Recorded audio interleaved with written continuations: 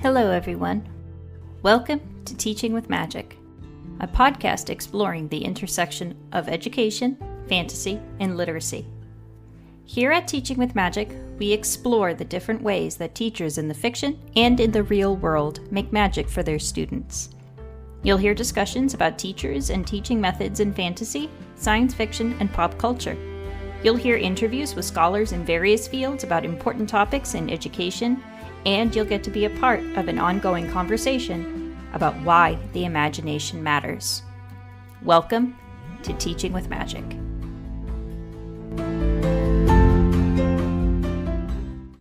Hello, listeners, and welcome back to another episode of Teaching with Magic. I'm your host, Elise Trudell-Cedeno, and I'm delighted to introduce today's topic and our special guest. But before I do, I have a couple of housekeeping items that I'd like to address. First, thank you for your support and your feedback as our website and social media in general went through some significant changes. We had to downgrade our website due to costs, and unfortunately, we lost a couple of blog posts from 2024. This means that we'll be republishing some of our old work on the site, and you can find these posts on the Teaching with Magic Substack as well. You can still find us on teachingwithmagic.blog, and the site still has our podcast feeds to Spotify, YouTube, and Apple Podcasts. We'll just also be publishing posts on Substack as well. I also want to remind everyone that you can support Teaching with Magic on Patreon through our tiered subscription system. If you go to the shop on the Patreon page, you'll find our brand new Lord of the Rings resource list. I made this list for my students a few years ago. It's a compilation of kid-friendly resources, books, YouTube channels, and podcasts that give my students clarity on their questions about lore and the finer details of Middle-earth. It also includes a list of Tolkien's publications, sorted by legendarium and non-legendarium works. I wanted this list to be free, but unfortunately, Patreon had a minimum price requirement. But if you subscribe to Teaching with Magic's tiered system, the resource list is free with your subscription. Now to the topic at hand. I've been holding on to this one for a little while because I'm well aware of the damage and hurt that Rowling has caused and continues to cause since her Twitter manifesto in 2020. On the one hand, schooling and examples of pedagogy in the world of Harry Potter are relevant to my research, and the Harry Potter series was one that shaped my love and understanding of the fantasy genre as a child. On the other, more important hand, the health and safety of my trans family and friends are more important than any book series can be. For this reason, while I still engage in scholarship with the Potter world, I choose not to contribute any funds or make money off of the franchise. All of the scholars that I engage with are independent researchers who actively trouble and criticize the Harry Potter series and all of the issues of race, class, and queer identities within the series and throughout the fandom. If this particular episode is not for you, please, I beg you, please skip it. Your health and safety comes first. I've also included book lists and resources in the show notes for you all to peruse on your own time. Now, today's guest is Dr. Katy McDaniel, co-host of Potterversity, a Potter Studies podcast. Katy is an Andrew U. Thomas Professor of History at Marietta College in Marietta, Ohio. While she specializes in early modern British history, she teaches various courses in world history, modern European history, the history of science, and historiography. She's the author and editor of several Harry Potter chapters, essays, and books, including Harry Potter for Nerds Volume 2 and Potterversity, Essays Exploring the World of Harry Potter. In today's episode, we'll be referencing an essay that Katy wrote for the journal The History Teacher, a publication by the Society for History Education, Incorporated. In this essay, Katy discusses the lost art of effective lecturing, and she uses Hogwarts History of Magic Professor Binns as an example of the importance of active listening and the teaching of history. Katy, thank you so much for joining Teaching with Magic again. I'm so happy to have you back and to hear your perspective as a history teacher on the teaching of history in a magical context. Well, thank you so much for having me, Elise. I had such a good time the last time I was on, and I think this podcast is such a great idea, Teaching with Magic. It's just wonderful. Oh, thank you. I really appreciate that. Thank you so much. So today we're going to talk about Professor Binns. Oh, What is it about Professor Binns that we just love? I don't want to say we love to hate, but he's just so easy to criticize. And what I loved most about your I think what I love most about your article for the history teacher was that yes, this is what Binns does is not necessarily good pedagogy, or rather, it's not good practice. Like how he lectures isn't great, but the skills that we can get and learn from Professor Binns is still critical and important. So, what would you say was the best, perhaps, or the most insightful thing you learned about Professor Binns and the teaching of history for this particular article, and about how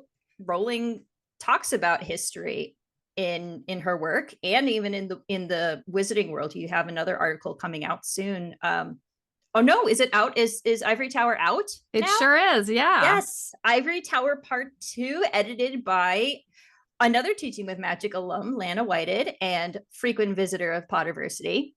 So that's out now. You've got an essay in there about how history and history of magic is portrayed in the Wizarding World website. That's right. It's called Secrecy and Segregation. And it's really about how the split between the wizards and the muggles in the like pseudo histories of that are presented on the Wizarding World articles, that is enabling to the totalitarian takeover of Voldemort. And it shows you some real problems in wizarding society as well. So yes, I think that history is really important in the wizarding world as it is in our own world, and that J.K. Rowling is aware of that and is intentional about, in fact, her stories require always that the kids figure out something that happened in the past. Think about how they're searching for Nicholas Flamel for almost the whole of the first book, right? They can't find anything about him.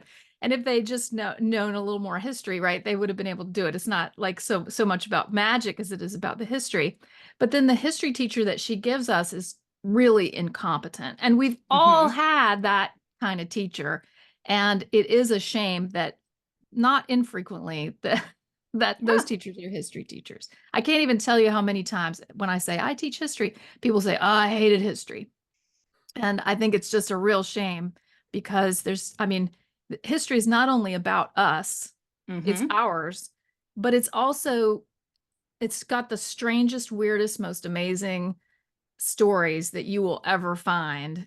And I just think it's endlessly fascinating myself. But there's something about the way that often it is taught that squashes people's interest and joy and the feeling that it's relevant. And she's really hit on something with Professor Binns in that regard. And I love how she makes him a ghost. Like he's literally dead. Talk about true. Irrelevant, right? He's not even of this world anymore. Yeah, he's just almost, and it's interesting how we think about ghosts in the Wizarding World as just an imprint of the past, or of their past selves. So who knows what Binns might have been like when he was alive? Like maybe he was a great dynamic teacher in his past, but he's just not. Or maybe he was also soporific and put everybody to sleep every day. Yeah, and Who when knows? she has an entry about him on the Wizarding World website, and she says that this was particularly in reference to a bad teacher that she had, who had no awareness that there were actually students in the classroom that he was supposed to be engaging with in some fashion. I think that's essentially Professor Binns's problem. But we actually, like, the story is that one day, he was lecturing. One day he went back in his office and he fell asleep, and he got back up again to teach his class, and he was a ghost. right? He had Yeah. died and then never realized it. And he still kept teaching his classes. So of course they'll keep him on, right? Right. It's like That's why, classic. it's a lot like Trelawney in that, like, all right, just you got the job, just keep going. Yeah, he doesn't have a lot of expenses, I'm guessing. Probably not, There's not a he lot of food that doesn't have he's to pay for food or board, no health he's insurance for there you Professor go. Benz. So Yeah. yeah, but it also means he is totally detached from the immediate problems of the day, which of course Mm-hmm. that's a huge problem for history and historians and the way people think of it. Like history is this, dull, dusty volume of things that has nothing to do with our lives here today. And that's it's just such a misconception. It's so wrongheaded. You really can't understand what's happening today if you don't understand history. And Mm-hmm. often people figure that out later in life Yeah. and they're like, wait, I think I don't really even understand this. And then they have to go back and they realize, oh my gosh, this is so, there's so much here. And I can't believe I didn't really know about it. Mm-hmm. But I think that we could, as a profession in history teaching, we could do a lot better, but it doesn't require getting rid of lecturing altogether. Of course, Right. lecturing can be done very badly, and Professor Benz is a classic example of that. Mm-hmm. I think you were talking about the scene from the Chamber of Secrets, right? Yes. Where Hermione dares to interrupt him. And he's like this isn't supposed to happen. He's not supposed to be actually asked questions. He's just supposed to be going on and on about Goblin Wars, which we Mm-hmm. do find out later were actually really important, but Yeah. you wouldn't know that from the way he's teaching it. And then he actually takes some offense at the way she's trying to bring history into, The present present. relevance. And that is, of course, another big mistake. And I know you talked about that yourself. Yeah, I've written a paper where I analyzed Hogwarts in general through an active learning Mm-hmm. lens. So what does active learning look like, and how do certain teachers do or don't do it? And Ben's definitely doesn't do it. Yeah. Um, I also gave the example, I think, of something that Binns could, that the Chamber of Secrets episode was really a missed opportunity for discussing what makes for fact, what makes myth, and could we, maybe there was, what if there were some primary sources from that time in Hogwarts history that they could have analyzed. And Binns just goes, no, no, no, this is, I'm going to teach you facts. What that is myth. But what's the difference? I mean, sure, there's like a literal time difference between what makes myth and what makes history, but how do we, how do we discern those differences, and how do we teach students to discern those differences? Absolutely. So many people are brought up on what we historians have started calling social memory, Mm, which is a kind of collective agreement about what happened in the past. And that's not always the exact same thing as history.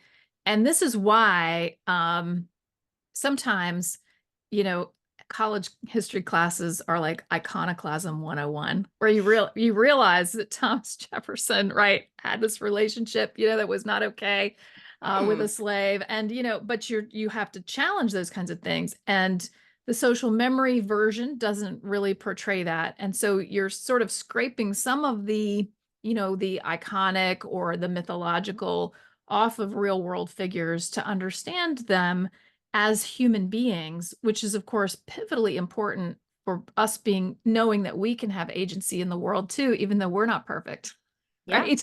But I totally agree with you that this failure to engage with the mythology of the Chamber of Secrets, is a real problem for him. And in terms of his teaching, because we do know there is a history there, and he's blind to it because he's just written off this part because it's interesting and because it's it's not so obvious. We don't maybe have a lot of evidence about it, and historians Right. can be really cautious about that, but we have to talk about those things. We have to talk about those things anyway. Mm-hmm. And I was thinking about when you were talking, um, in my world civilizations class in the modern world civ, I have students read about a variety of approaches to Indian nationalism in the beginning of the 20th century and end of the 19th, beginning of the 20th century. And they read from a guy named Dadabai Naroji, who was actually a member of parliament in England as an Indian. And he is very much about, we've got to show the English that we can do what they do, but he's not actually in opposition to the British government. So the second person they read is a fellow named Bal Gangadhar Tilak, and he says, the British are exploiting us and we have to respond in kind with boycotts, with terrorist tactics, and as a kind of unprivileged group of people, we've got to be able to use the weaponry that the British use against us, but against them. And then they read Gandhi, of course, right? Nonviolent opposition. And then I have them talk about in this setting, which I think it's a little to the side of what most students are thinking about. It's Indian nationalism, right? It's a little bit, it doesn't feel relevant to them. But I have them talk about those strategies as general strategies, and what are the reasons why somebody might employ terrorist tactics? And what do we think about nonviolence? And there was one year where it was the Occupy Wall Street year. Maybe I'm dating myself, but you remember all that Occupy Wall Street and the students were out and there was all kinds of violence and, that was happening to the protesters. And I had a student who he was like, this nonviolent stuff, it's just so annoying. I don't know why they do that. I don't know why they would do that. It's so annoying. And then an Occupy Wall Street type student immediately launched in. And although we were talking about Indian nationalism, they were really talking about something contemporary. And I was like, oh, and I just literally, I ghost-like tried to vanish from the front of the class and let them argue it out. And everybody's watching, trying to see, but they were doing a really good job of representing the different points of view. And I tried to stay out of it and let them go on for a bit. And, then I came back in to try to, say like, this is why this is important. And I summarized kind of the different points of view on that.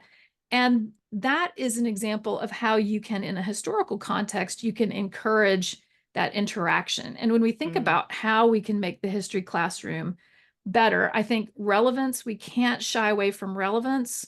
And I also think we can't shy away from moral judgment, which is something historians have a hard time with, right? Because as historians, we have to try to understand people on their own terms.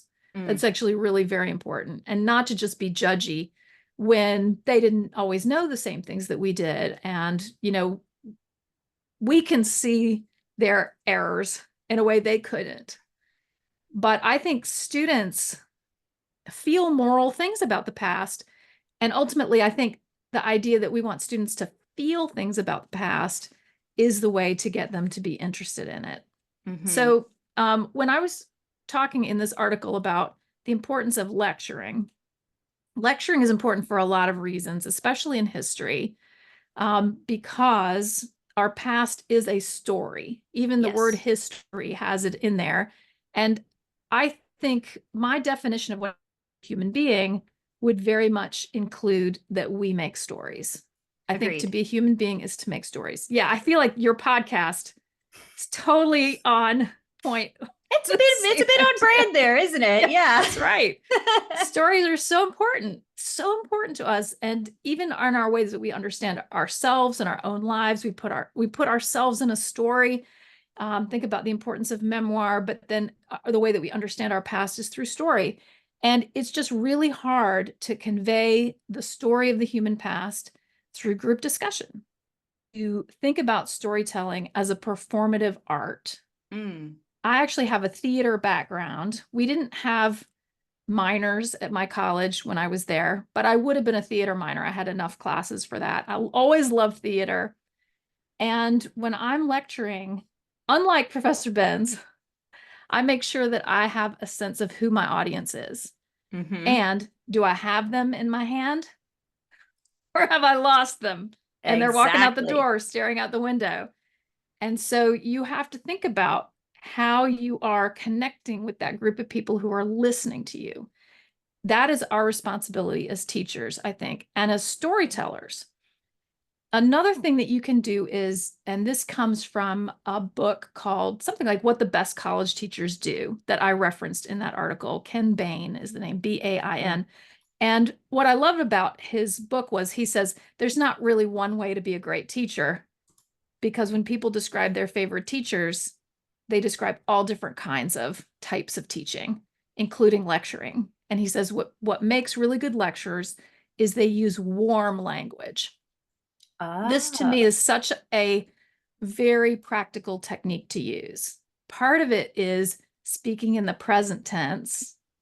Okay. And also, using warm language to give psychology to what is happening, right? To get people in an imaginative space so that they can dwell in the moment. And again, that's a storytelling technique, to get people to be in the story, and to invite them into the feelings, the emotions of the people who are living through these incidents, and really encouraging that empathy that all history teachers are really trying for. So then I would love to know a bit more about how Binns's mode of teaching, like this particular, the reason, whatever reason that Rowling decides to depict him as the boring teacher.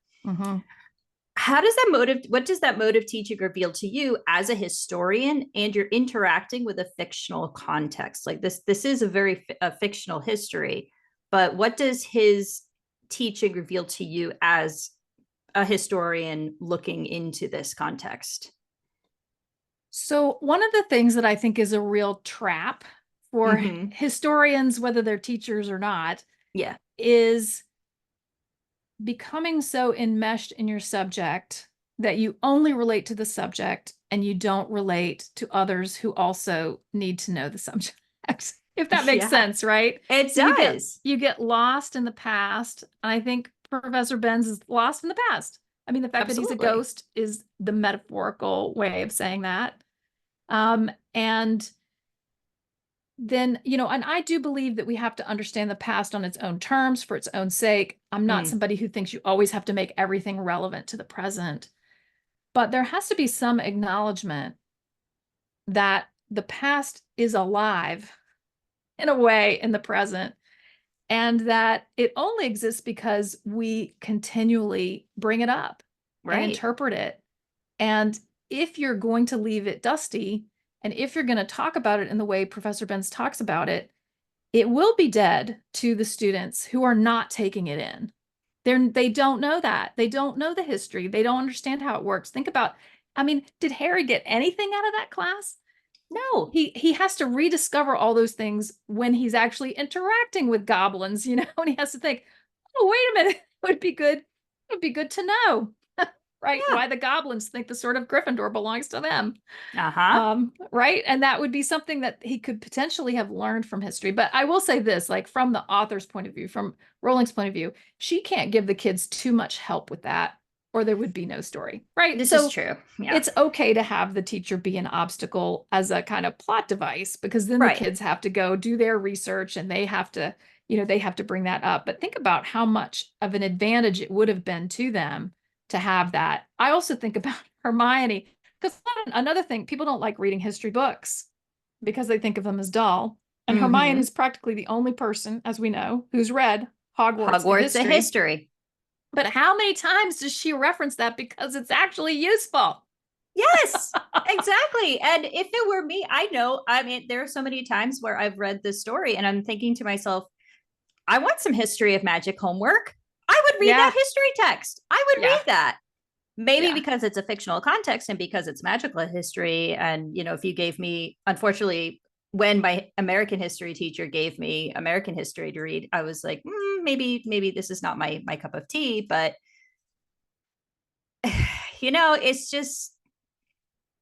it's funny sometimes how we resist. I know we've talked about the Chamber of Secrets lesson, and I've talked about it from an active learning perspective, but I'm curious what you think about how this exchange reveals not just about Binns, but maybe about other historians or other people who might have a collective assumption about history as solely fact. And in your paper, you talk about history as a narrative discipline. It is storytelling. So, why do you think perhaps that Binns and others maybe think about history as quote unquote fact? We were talking before we started recording about the character Gradgrind in Hard Times. Like, we have to learn the facts. We have to learn the facts.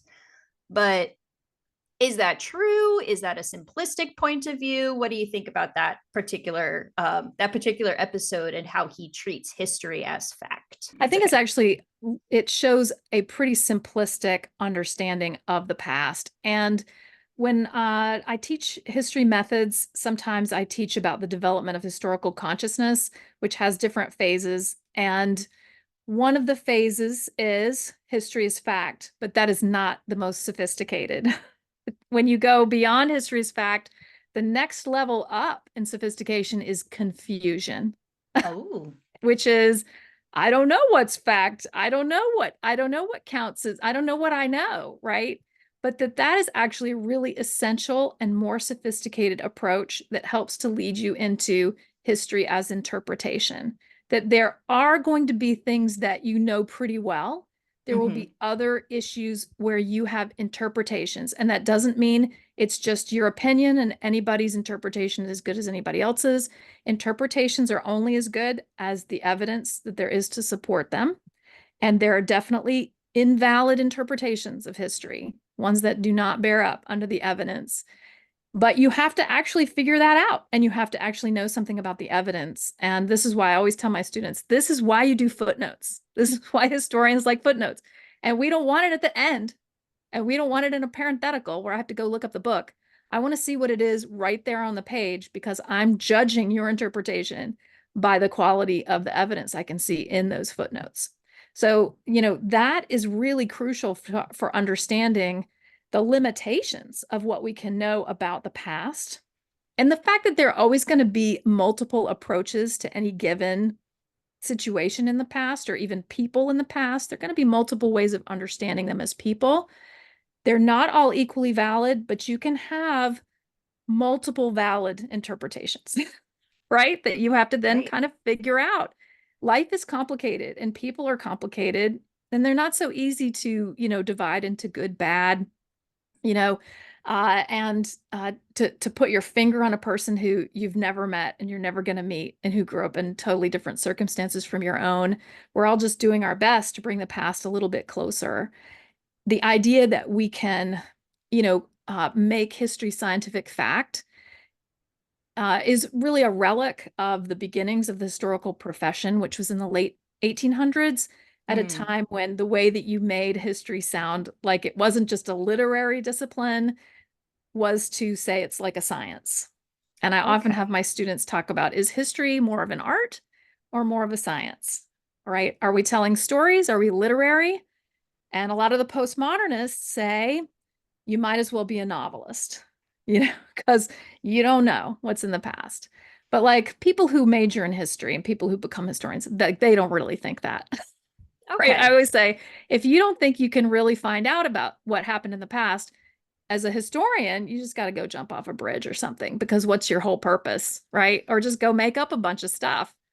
There are things that happened in the past, and we can know some of those things, but a fair amount of it, we are filling in the gaps. We're trying to understand, right? We have this piece of evidence, that piece of evidence. We have this person said this. We have an account of this. We have a receipt for that. And then we're trying to get ourselves into the mindset of people in the past, using judgment, using that historical empathy, using our imagination to really come up with what's the most logical explanation for why this happened, or why this person did what they did, or what have you. And so you have to engage imaginatively. It has to be creative. And when you take a pure fact view, you're also taking all of that emotion out, which is what Gradgrind wants to do, right? Facts, facts, facts, nothing but facts. Let's take all the imagination out. for the circus performer, right? No, no imagination.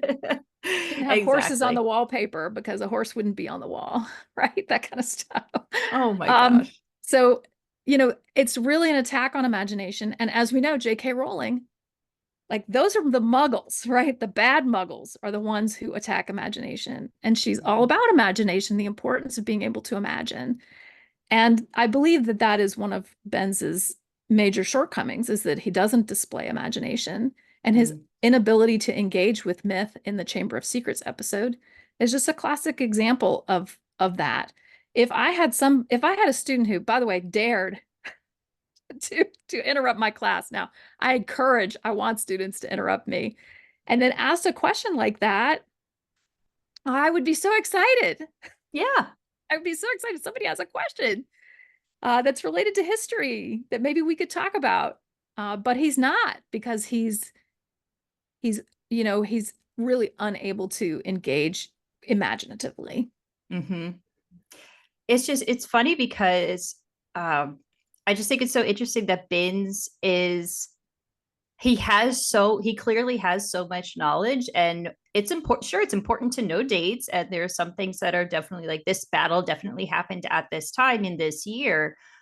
But wouldn't it be so interesting if we had an account from Godric Gryffindor about the Hmm. Chamber of Secrets episode, or we had an account from Salazar Slytherin, and we were able to engage, these students were able to engage with these two perspectives. And is there actually a tunnel under the school that houses a giant snake? Turns out that there is, but Right. Spoiler alert. spoiler alert. But having that information and being able to analyze that information would have helped assuage, I would hope, some of those fears of, being stuck in a castle. And if somebody had just talked to Moaning Myrtle early Hmm. on in the book, No joke. like, just, you have another historical relic right there. But then again, Dumbledore's line that everybody talks about is like, oh, but of course I haven't told you. I That think there are talk so many, about. and this is my sort of idea about Rowling really feeling like the history of this world is so important. Mm-hmm. She has all of these kind of witnesses or legacies from the past. I loved how you were talking about ghosts as this kind of imprint from the Mm-hmm. past that could be engaged with if if we weren't just so intensely involved in our own present without Mm. thinking about, like, I wonder what Nearly Headless Nick could tell me about this, or Moaning Myrtle. Not only the ghosts, but think about the paintings. You know, these are people who knew things. Yeah. And we do have some evidence that they contain some vestige of what the person they represent knew and could maybe talk about. Uh, and so the kind of blindness that people have to the various ways they could be intersecting with the past and witnesses to the past is it's another obstacle Yeah. that has to be overcome, which is helpful to the plot. But Yeah, it makes for a good story, and that's the good thing, is it makes for a good story. But half the time, you're kind of pulling your hair out looking at Harry going, just read the Hogwarts of history, yeah, just read the book, right. just read the book, buddy, you can do it, Yeah, I believe in you. So right. now we can, you know what, how about, would you be okay with skipping ahead a little bit and talking about Hermione? Yeah, I was actually let's thinking, I was almost about to mention her. I was like, oh, but that was a question later on. let's talk about Hermione then. we'll Yeah. we'll we'll talk some more about lecturing. But I one of the things you mentioned in this paper is the importance of teaching active listening through lectures, and we can go back to that Mhm. later.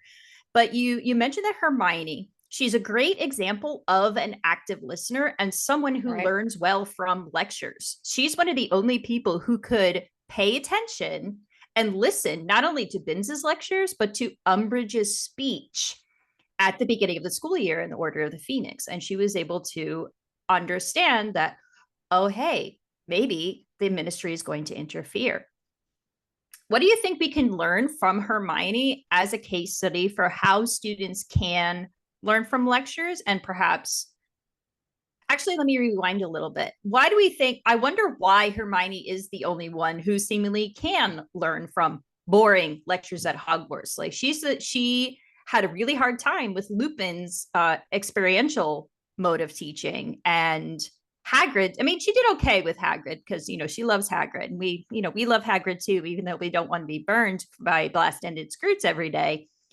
But she really thrives from this quote unquote factual kind of information and learning directly from a text and from a lecture. So why is that, do you think? Like, what is it about Hermione? Yeah. So, I mean, one of the things that I really like about that is that shows like, and remember, like Hermione also doesn't like to fly. True. So she's not into the experiential learning so much. And I honestly think it has something to do with just how she is. We all have things that we tend to gravitate toward. Yeah. But the things that she's interested in are also what are practiced in traditional classrooms. And we know that she was a stellar student as a muggle in the muggle classroom. When I was in grad school, we did this whole thing about learning styles, which I know is kind of bunk, right? They've said that's not really a thing. Mostly people should just be reading. Sort of a boring result of that. Reading is really the best way to learn for everybody. But a group of us graduate students who were becoming teaching assistants, we learned about this, and we had our own little test where we saw what our learning styles were. And it was a bunch of different disciplines in that group, but all of the historians except one were auditory learners. Yeah. That is, we're listeners. And I don't think that's an accident, because I think we gravitated to history because we liked the lecture, we liked the storytelling, we liked the listening part. The one person who was not an auditory learner was digital. And that's the note-taking piece, right? And so I think Hermione has those aspects. I think that she is somebody who she is interested in complexity. Yeah. And she has some discernment that she's been able to get from engaging with complex materials. She starts, actually, many scholars have talked about how over the course of the series, she becomes more critical of texts, so that she's not just saying, oh, this must be the way it is from what I'm reading, but hey, wait a minute, maybe Rita Skeeter's version of events is not all that, right? So she actually becomes more discerning, but she is somebody who understands complexity, who likes it. She likes complexity, and she's just more, I think she's more comfortable with those traditional modes of schooling. And so I think that she's gotten quite good at them. But that's not necessarily how you learn magic. A lot of the magic classrooms are, in fact, quite experiential. And so she's trying to bring some of those traditional modes into the classroom. And this is why she does well in some, and she does terribly in, astrology. Or why it's divination, right? Yeah. And so she's not good at all the classes, but she is good at some of those. But I think that through some of the traditional schooling that she got, she probably did become a good active listener and a good note taker. And I started by talking about what I think are the responsibilities of people who are lecturing, and especially historians who are lecturing, to engage with your audience, to be aware of them. Honestly, I think it's really important to continually ask them questions. And sometimes I ask them questions like, what do you think is going to happen next if this country says this to this country, right? Or like, how do you think this person might react when they hear about, whatever. So I try to give them things where they don't have to like know the right answer. There's just a like engagement with empathy. We have to using warm language, being sensitive to whether your audience is with you, and stepping up the performance if you need to. But then the person who is the student also has obligations, because they're not just an audience member. They're learners, and they have a job to do. They're not just there to be entertained.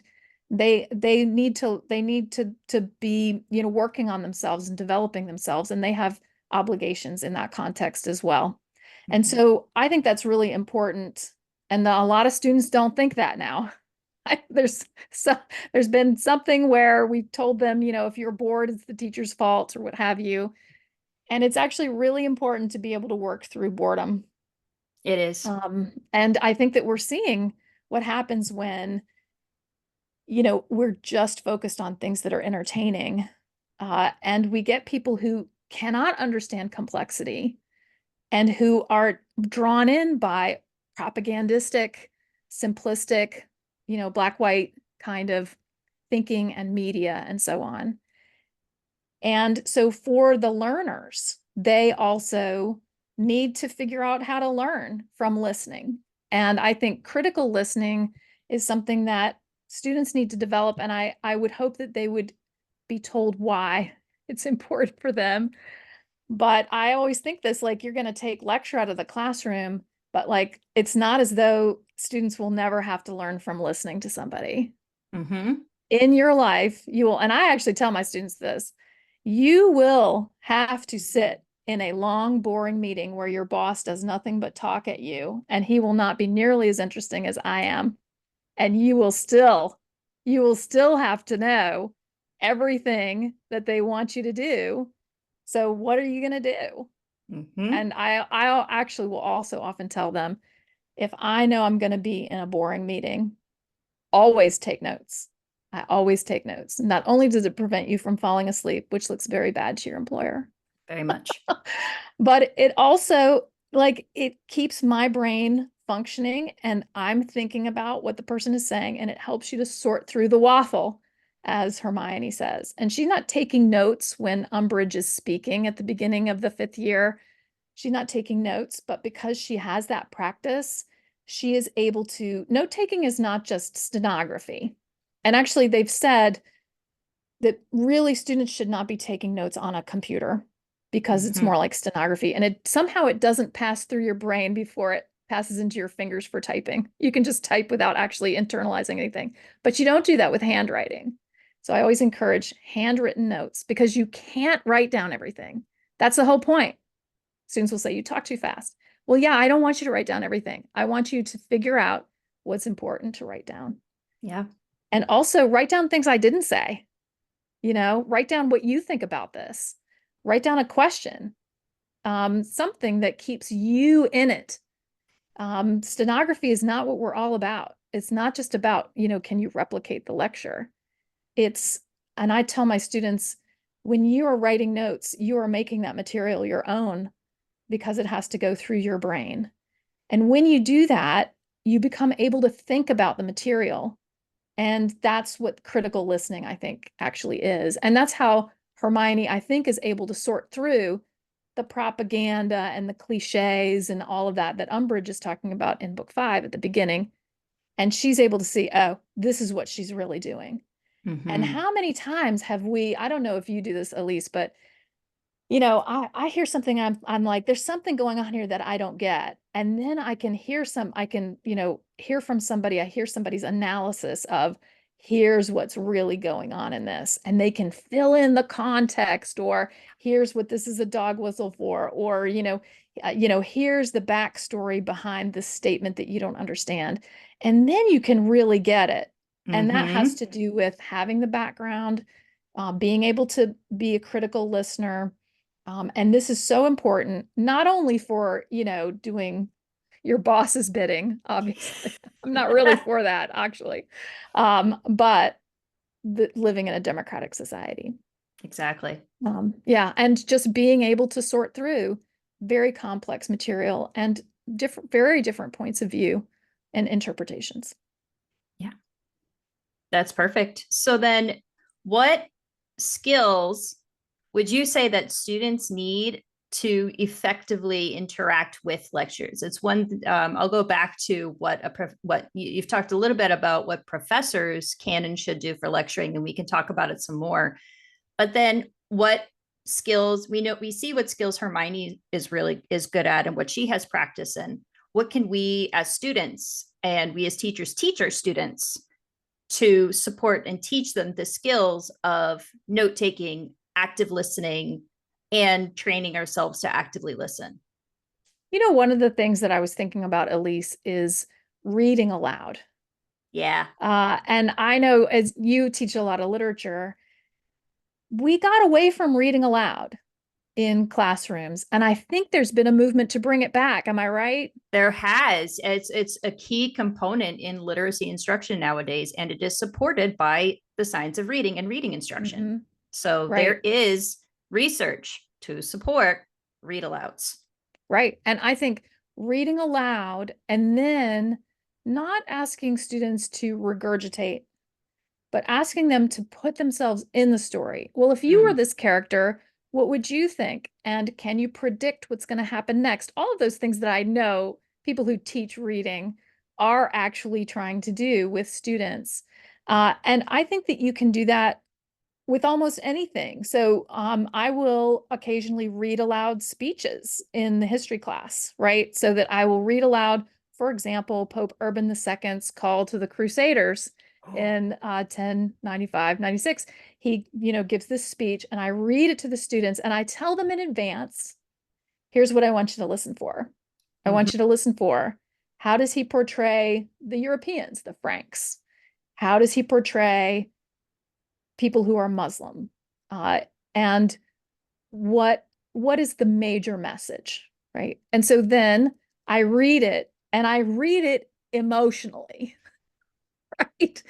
I read it with all of my theater skills, and I especially emphasize certain things that are answering the questions that I'm asking. So I might even read a line twice, right?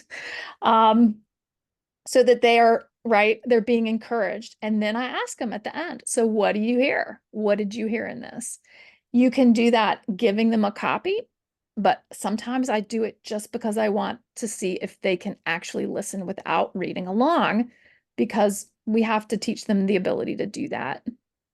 Agreed. And what as a literacy specialist, I could see you linking the oral language and speech, and the I was literally just teaching a class on the science of reading to parents who are trying to support their kids as they're going into school, and I told them we learn how to speak first. That's the oral language side of Mm-hmm. things, and we're connecting we're connecting our speech patterns with our letterbox, with what's going on in your occipital lobe, and making meaning out of that. So that oral language component is critical to learning and reading and dissecting and interpreting information. It's literally a left brain skill.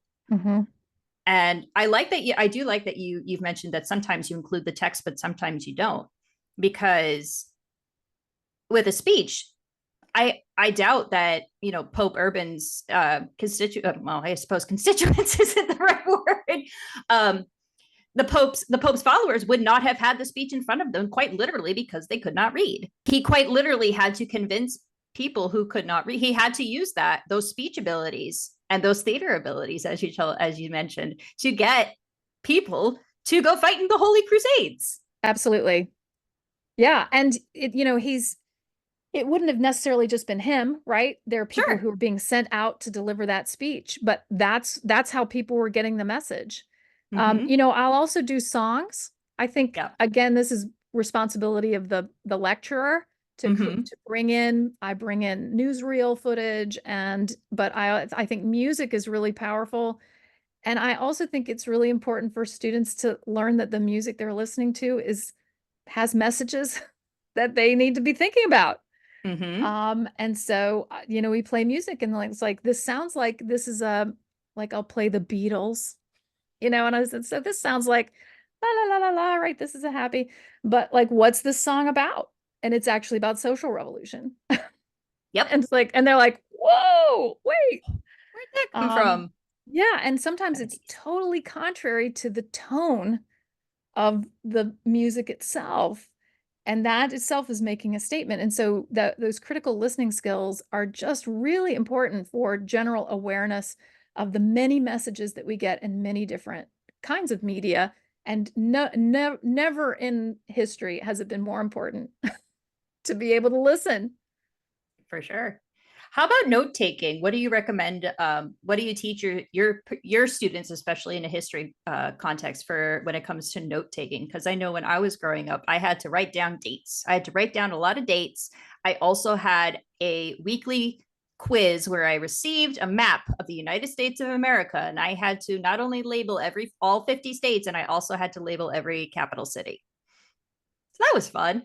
Cool. You know what? Maps are so important. Maps are Oh another yes. thing that I think we've got to, well, we got to make sure people know where basic things are, basic places. But yeah, so I think with note taking, there are good strategies that can be employed, but again, the student needs to make the notes their own. And Mm-hmm. some kinds of note taking are going to work for some and not for others. What I like is a kind of note taking that leaves a lot of white space on the page. So I encourage more like an outline, and not, because I think sometimes students are trying to write complete sentences. Like I'll write a paragraph about what this person is saying. And I think instead, think about it in terms of shorthand phrases, and leaving a lot of white space so that then you can go back. And as you read, you can write, oh, like, I don't understand what this is about, or how did this connect? I also encourage a lot of arrows, and right, this relates to this other thing, and boxes and other ways of setting apart certain aspects of the lecture for emphasis, to establish relationships between certain parts of the material. And all of that requires actually a lot of you and your brain actively working during the lecture. And that's why I say, like, listening to a lecture is not passive. If you're doing it correctly, you're doing a lot. You're thinking the whole time about how does this relate to this? And note taking is you putting that on a page in a way that you will be able to recreate your experience of listening. And hopefully that is also a kind of active learning in the process. So, if I can, I just want to read a quote from your article. Actually, you Oh, said sure. good note takers are actively involved in creatively organizing and interpreting the information that they've heard. So they're not just copying down what you said, especially not word for word, because goodness knows I can't do that. Even if it's recorded lecture and I have to pause and go back, but I still need to creatively organize and interpret the information that I've heard in order to actively engage with it. It's one thing um, to write down that information, but if I go back and I look at it, I need to be able to interpret it again. I need to be able to understand what I've written.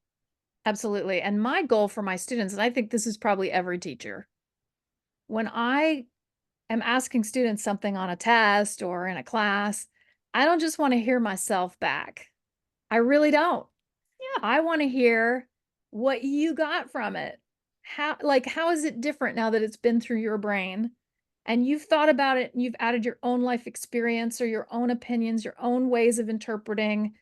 That's what I'm interested in. And with history, it's so important that you actually do know some of the actual stuff, right? Right. And facts, if we want to call them facts, um, if you don't know, some of the actual events and people and so on, you don't really have anything to build off of. But almost no history teacher just wants the grad grind facts. They really, I think we're all working towards some kind of higher level of analysis, synthesis, integration of learning. Mm-hmm. And when you are note taking, that's like an in between uh, process of making it your own. And then when you come to the test, that knowledge is no longer what Dr. McDaniel said. That's what I know.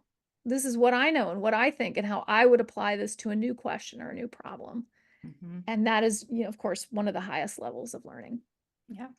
I mean, can you imagine if the OWLs had been centered around, if instead of just talking about the Goblin Wars, but let's make up some new policies and some new um, ways of actually, I don't know, talking to the goblins and improving goblin relations instead of just going, here is the date that Uric the Oddball decided to go to war. I mean, if I'm thinking back to book 5 and there's a history of magic there was no, sorry, it was book 4 when the Weasleys come to visit Harry to support him during the Triwizard Tournament, and then Ron comes back and says, "Yeah, I kind of just made up names for my history of magic exam." And I'm just thinking to myself, as a kid, if I'm like, "Yeah, go for it, Ron, do that, no problem." And as a teacher, I'm like, "No, no, Ron, don't do that, Ron.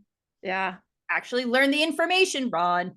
Right. But as a kid, of course, I'm like, yeah, it's just history, whatever. It's, I'm like, yeah, I did that. I'm sure I did that in my history. Oh man, I'm sure I did that. I made stuff up in my history exams as a student too. I But tell you, I do get students who just make stuff up, and I just told them to stop doing that. And I think it's because I don't know what the ratings are on your podcast, but I basically just straight out tell my students, I don't want bullshit. no, We live in an environment in which people are manufacturing bullshit all the time. all the And time. I'm tired of it. I can't deal with it. So don't make up a bunch of stuff. Like, I know it's not right. Yeah, So you're not gonna like fool me by yeah. making up the crazy stories they make up. Elise, you wouldn't even believe it. I know it's not Uric the oddball. Just admit you don't really remember, right? Yeah. Yeah. I also tell them, it's a lot of times they can't remember a name. And I'm like, don't just write a capital letter and then a squiggle, because I know you didn't know the name.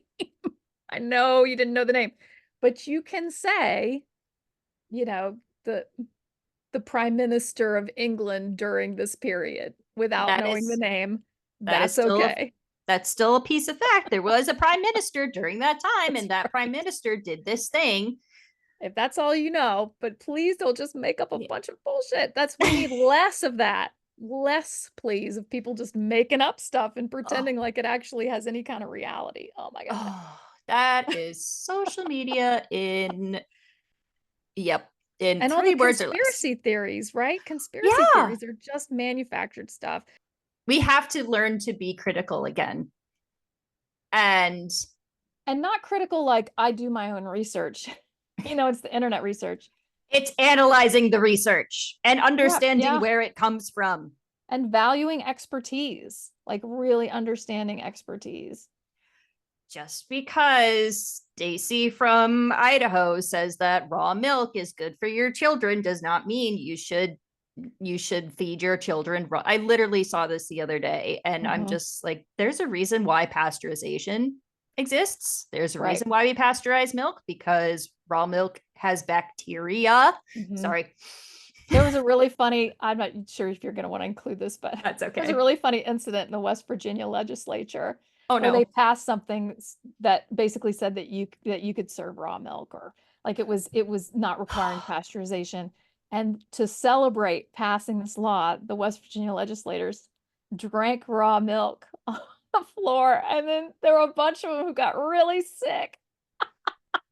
I shouldn't laugh at the misery, but I was like, no, but they walked themselves into this. They brought that on themselves. Like, if they fed raw milk to some unsuspecting constituent to celebrate it, then I would be, but no, they did it to themselves. They got their come up. Oh my God. There are just some really dumb takes out there. There are some really dumb takes. Yeah. But at the same time, one thing that I do think is helpful in that maybe not helpful, but we are willing to at least question there are some parts that are important that we can question, like what has been told to us. Like for the longest time, so it's one thing to be told, this is history, this is how it is, and this is how we see it. But then you get other perspectives. For example, we've been given a lot of white Eurocentric history over the years, and for a long, without perhaps, certain quote unquote takes on the internet, or just other perspectives that are now more easily accessible and not hidden behind an academic paywall, I can now interact with more critical history, especially when it comes to perspectives that are non-white and are perhaps indigenous, or that are that are not Eurocentric and are that are not Christian. So on the one hand, you don't want to go out, like you said, not every interpretation is valid and needs to be backed by evidence. but we're getting more evidence that is not one particular, that is more diverse and more and multidimensional, and understanding. And now I understand as an adult that history is multidimensional. And as you said, a narrative history, it is composed of multiple narratives.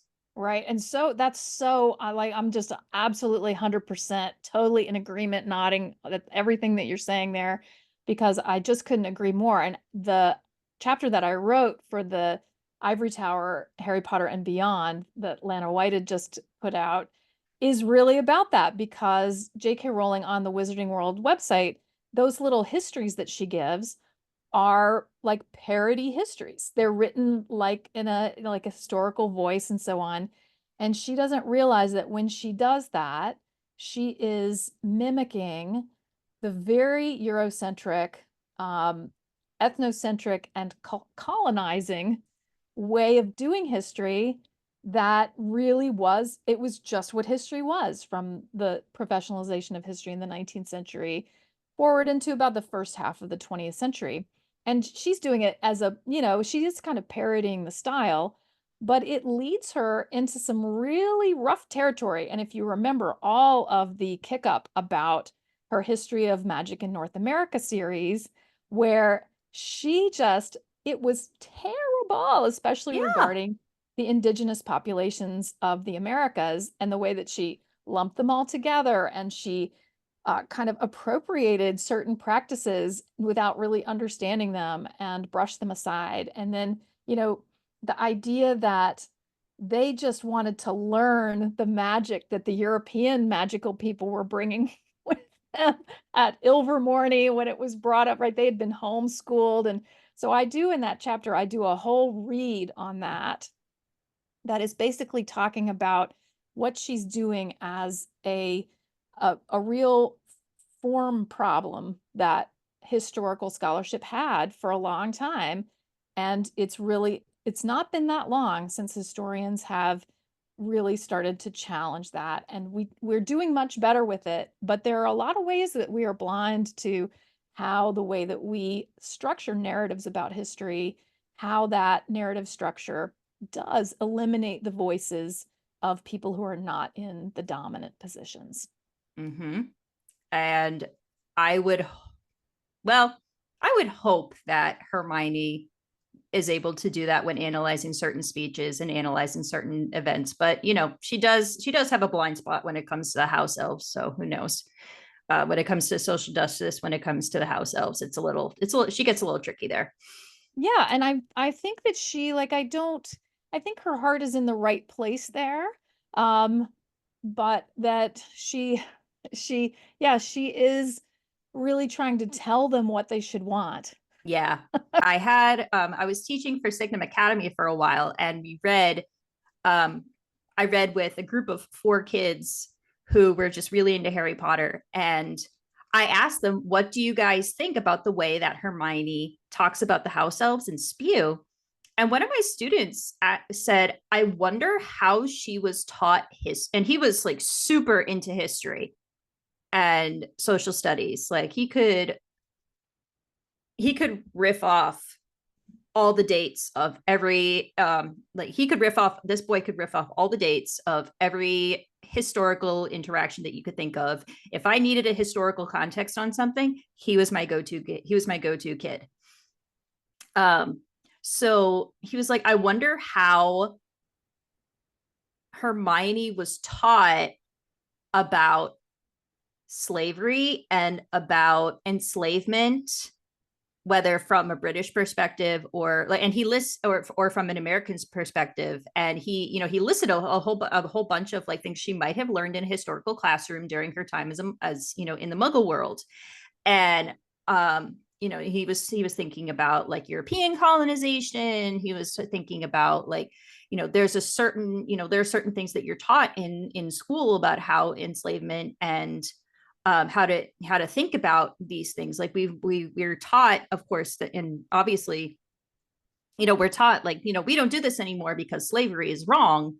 But why did we do it we don't really talk about why, slavery was such a booming, was why slavery existed in the first place. Like we didn't talk a lot about those problems in, in elementary school and things like that. And Hermione probably would not have, but she would have had this sort of, and the student said maybe she had this idea in her head of what it was like. And maybe she learned from a historical context into her school. And now she's trying to apply this sort of blanket.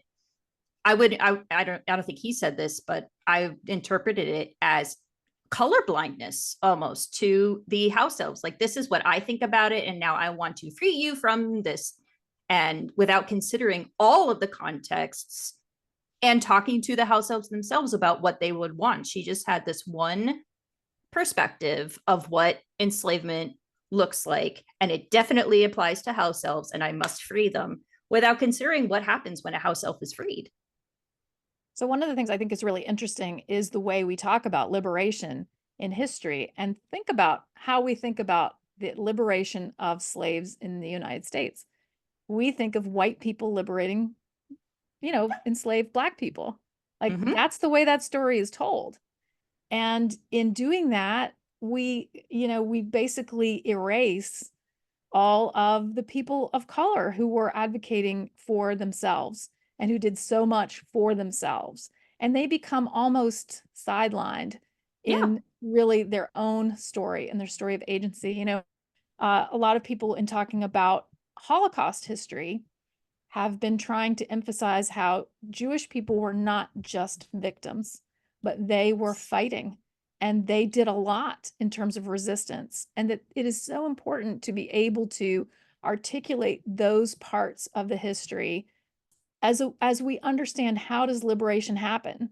How does freedom happen? And it does come from within groups, and is not just something that is handed over by the dominant group, which is how we tend to see it. And that's one of my big critiques of the way Rowling presents history in those Wizarding World essays.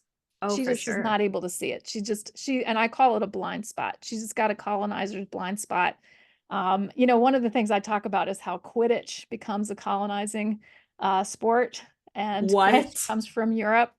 If you read how she describes the history of Quidditch, and you can see this in Quidditch Through the Ages, she talks about how it originates in Europe, and then you have, like the Japanese come to really love Quidditch, and they become really great Quidditch players. And it's, but if you look at the colonial history of, say, cricket in India, it's really, there's something similar. It's colonization through sport culture.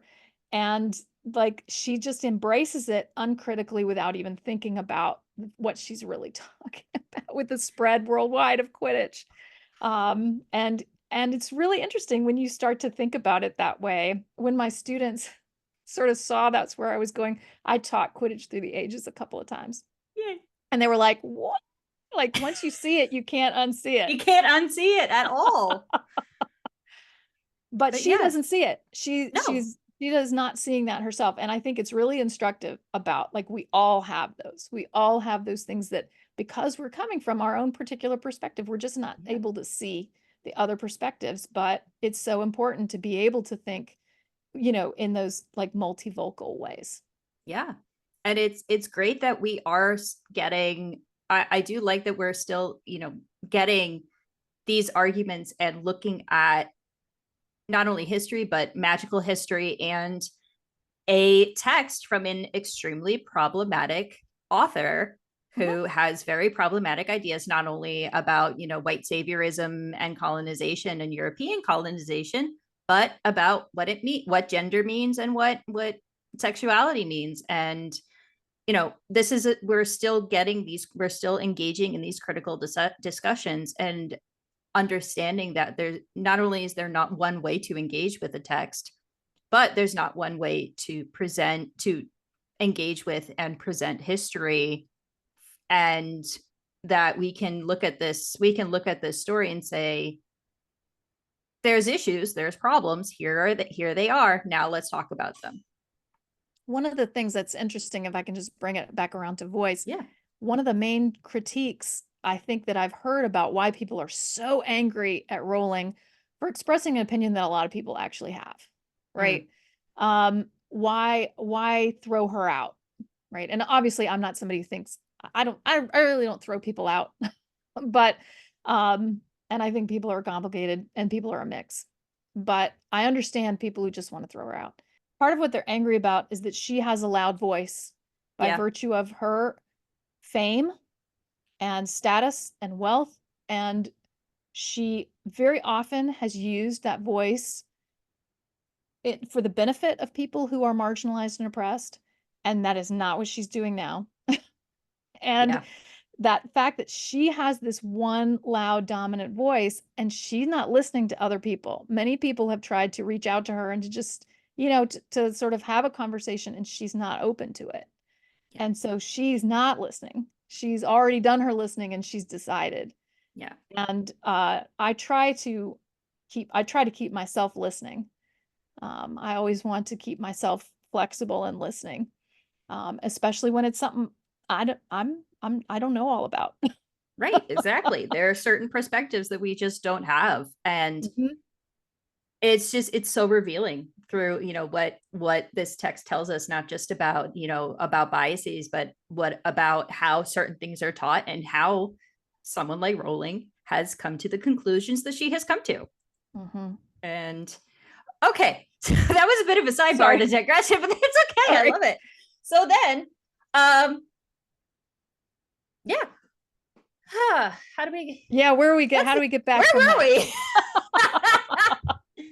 So we Well, talked yeah, we about were talking about like history has been traditionally one of the tools of colonization and one of yeah. the tools of European superiority. Mm-hmm. And historians have to work really hard to stop that from being the case. And in fact, there are a lot of people who say we should do history the way that Europeans, have said to do it. It shouldn't be this evidence-based and shouldn't have these kind of fact scientific qualities, right? It should be all about story and oral tradition and all of that. And it shouldn't be linear in our way of thinking Yeah. about time. We need to think about time in ways that reflect different ways that indigenous populations have thought about time. That's not just this kind of very Christian, European, linear, progressive perspective.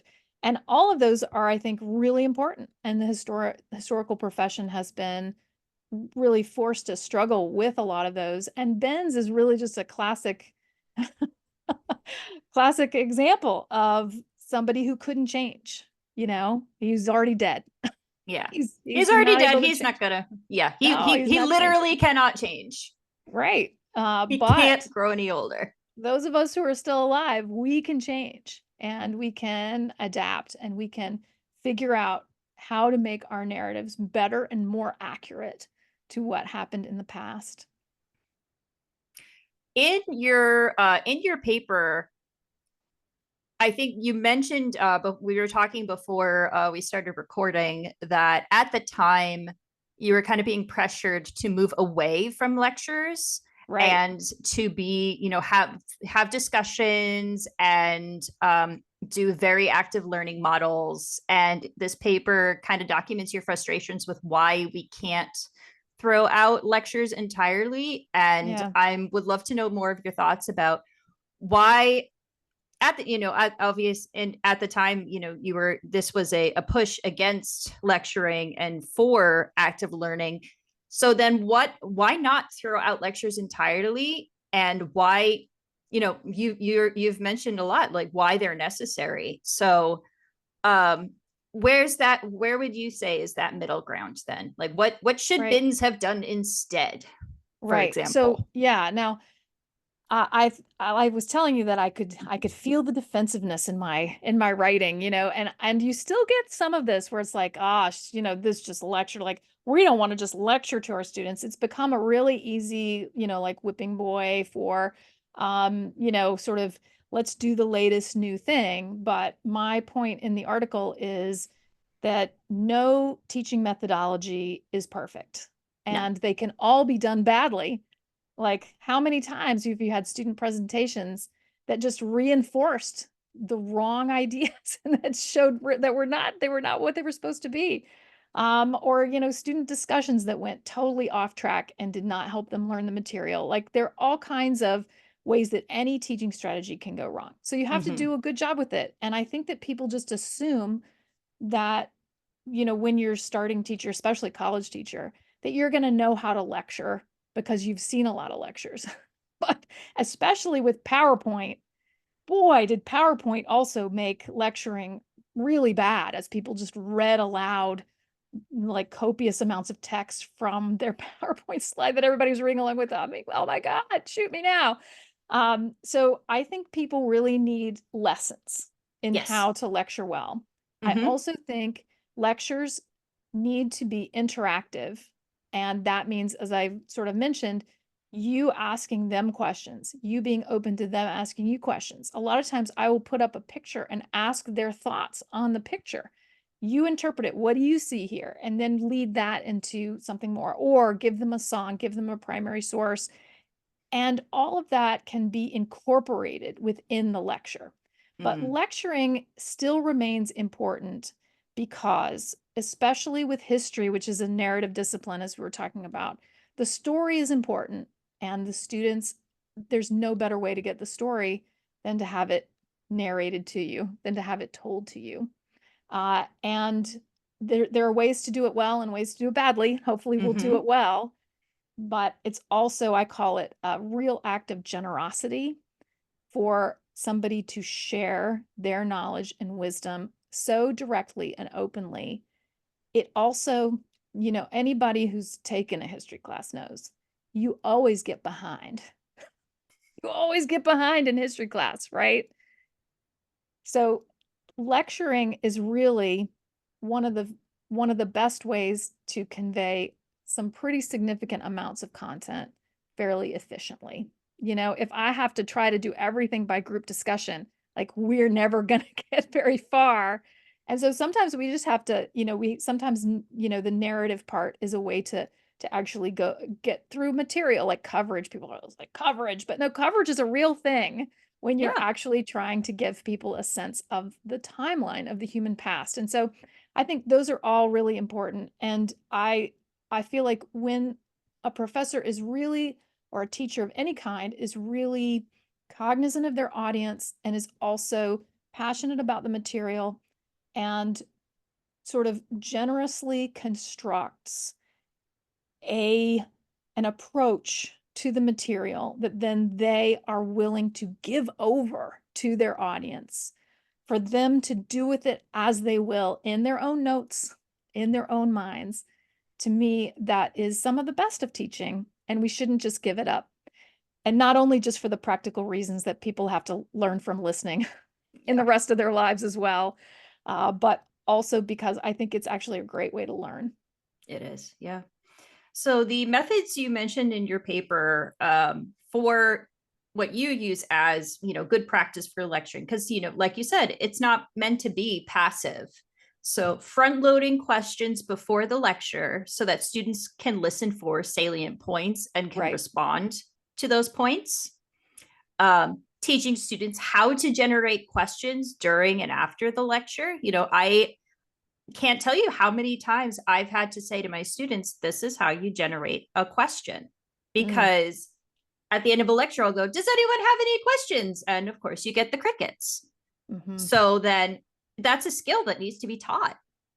Um, Absolutely. you talked about note taking strategies. You've talked about encouraging involvement during the lecture through asking questions, generating discussions. I love your use of like primary sources and art because I mean, art is an interpretation of Mhm. a historical event. I mean, just what's popping into my mind right now is the Battle of Trafalgar. There's a giant picture. I think it's in Parliament. There's a giant picture, a giant painting of Admiral Lord Nelson's death at the Battle of Trafalgar, and it's a very big, very dramatic piece. And I can just think of all the discussions that could come from just looking at that one piece. Yeah. So Um, here's an example. I will play. I do this at the beginning of class before class starts when I'm talking about modernism, beginning of the 20th century, end of the 19th century, beginning of the 20th century. And I play Igor Stravinsky's Rite of Spring, which I don't know if you've heard it, but it's not catchy and you can't dance to it. no, Right? It's a lot of, but it sounds very modern, but it's discordant and it's got lots of almost frenetic, uh, very weird sounds combining together. It's hard on the ear. But then I asked students at the end, like, how did that make you feel? Mm. And they're like, anxious, and like, I feel upset now. And and gosh, that was like, it stirred me up. I'm all revved up, or whatever it is. And I say, like, that's modernity. Right. And so then we go into our discussion of what is modernism. And so then, to me, that's also a way that they can remember these are the qualities of modernity. It's disconnected, it's not harmonious, it is full of anxiety, and it's very fast paced. And it's not an easy or restful Mm. way to be. And that, I think, that music just kind of sums it up. So when I find things like that, and I do that with art, and I do that with poetry and so on, I try to use those not only as ways that students can analyze what we're doing or apply the content that they're getting from the lecture, but that it gives them something they can take with them, and it makes things more memorable, even if they haven't written it in their notes. Yeah. Oof. I probably wouldn't forget a modernity lesson after listening to the what's it, Rite of Spring. the Rite of Spring. I probably Yeah. wouldn't forget it after that.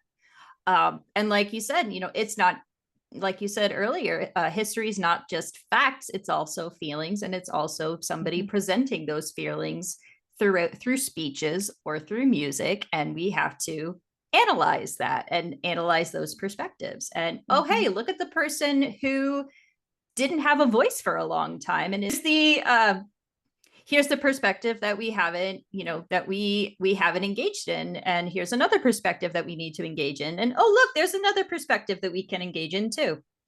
You know what if we Yeah. were to give, so here, let me put it in the form of an exercise. Let me try this. Yeah. So Katie, what if bins were willing to actually sit through professional Mm. development? But he is dead, That's a so big I don't if. know. It's a big Yeah. if. But if someone like Binns were to be given professional development, not only in the teaching of history, but also teaching through lectures, what are some of the salient points that you think Binns should learn about teaching and active Mhm. listening and lecturing that he completely missed Right. in his tenure as a history of magic teacher? Yeah, so I would say, first of all, it's not just about the history, Professor Benz, but you also have to be aware of your students. You have to be aware of the present and the future that they represent, and you've got to be aware of your audience. And if you don't have them, if they're not right there in the palm of your hand, you have to figure out how to get them. And that can be done through relevant examples, connecting to the present or to their own lives. It can be done through warm language that invites them to actively imagine themselves in the past, to empathize with the situations of past people. I actually use a lot of humor. That's something that I didn't mention a lot, but I really emphasize the kind of the absurd, or, I use exasperation, you know, as a way to try to get students emotionally engaged. Because yes, it is about what actually happened, but none of that matters if we don't have a way to engage emotionally with it. That's actually really important. And then also, I think it's important to incorporate interactive strategies and like multiple voices, so that it's not just your voice, but you can, use the art of the time. You can, how about having some goblins, goblins telling you why they are fighting in those rebellions. You could definitely do that. Again, as a way to help students to engage. So having interactive elements in the lecture so that it's not just unbroken people being talked at. On the other side, I think Ben's could, again, this is a way to engage with your students, to help the students figure out what they should be doing on their end in terms of trying to make sure that information is going through their own heads, writing notes that are effective but are not like stenography, that are not just writing down everything, and trying to bring themselves to the material in a way that will help them to integrate it into and make it really their knowledge in the end. To me, all of those elements revive this, this kind of what was considered the dead art of lecturing, and bring it back into the present, because as I said, I think it is a really effective and generous mode of teaching. It doesn't have to be, the the sage on the stage, it doesn't have to be the ghost lecturing and nobody's, he's not even cognizant of the students. It really can be done very well. And I think probably everybody who's listening can think of a teacher they had who was a wonderful lecturer that they did learn a lot from. It is possible. It is. Katy, thank you so much for coming to Teaching with Magic. And thank you so much for teaching us about the teaching of history through magic. Wow. I just made that up. I'm so brilliant. How did I do that? I love it. I love it. Katy, thank you so much. And if we want to read some more of your work and engage with some more of your content, I'm sure I'll put this in the beginning, but you are one of the hosts of the Potterversity, a Potter Studies podcast. Where Absolutely. else can we read your work? Can we see your work? Can we engage with your work?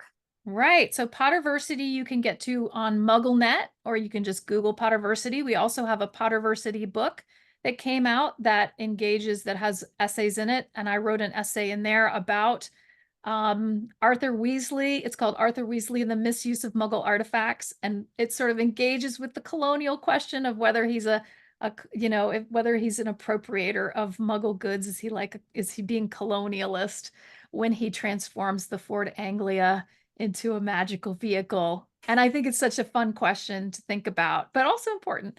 Let's see, and I do have the Secrecy and Segregation in the Wizarding World's Hidden Histories in the Ivory Tower, Harry Potter, and Beyond.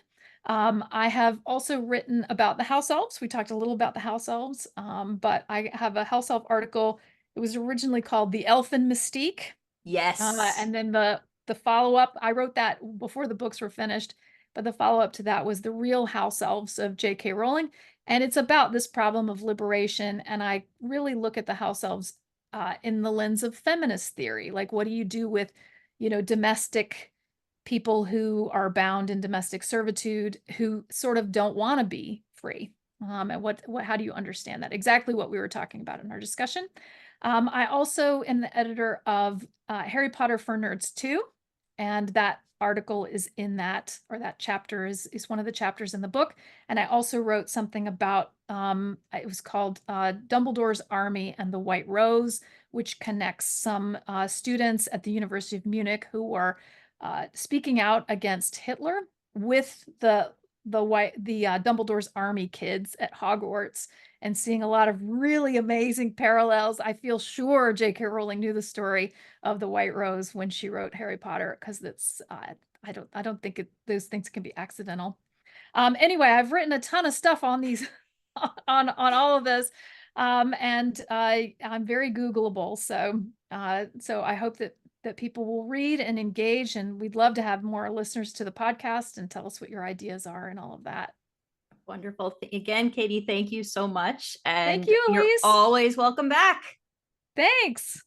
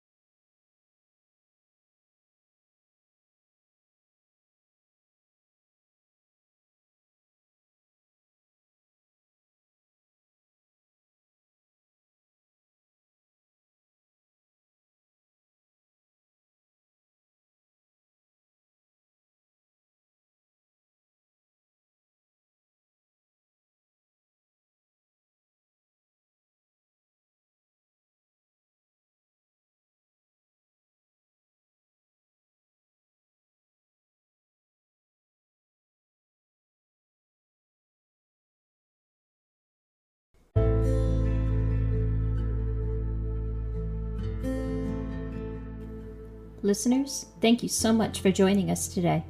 We hope you enjoyed this episode.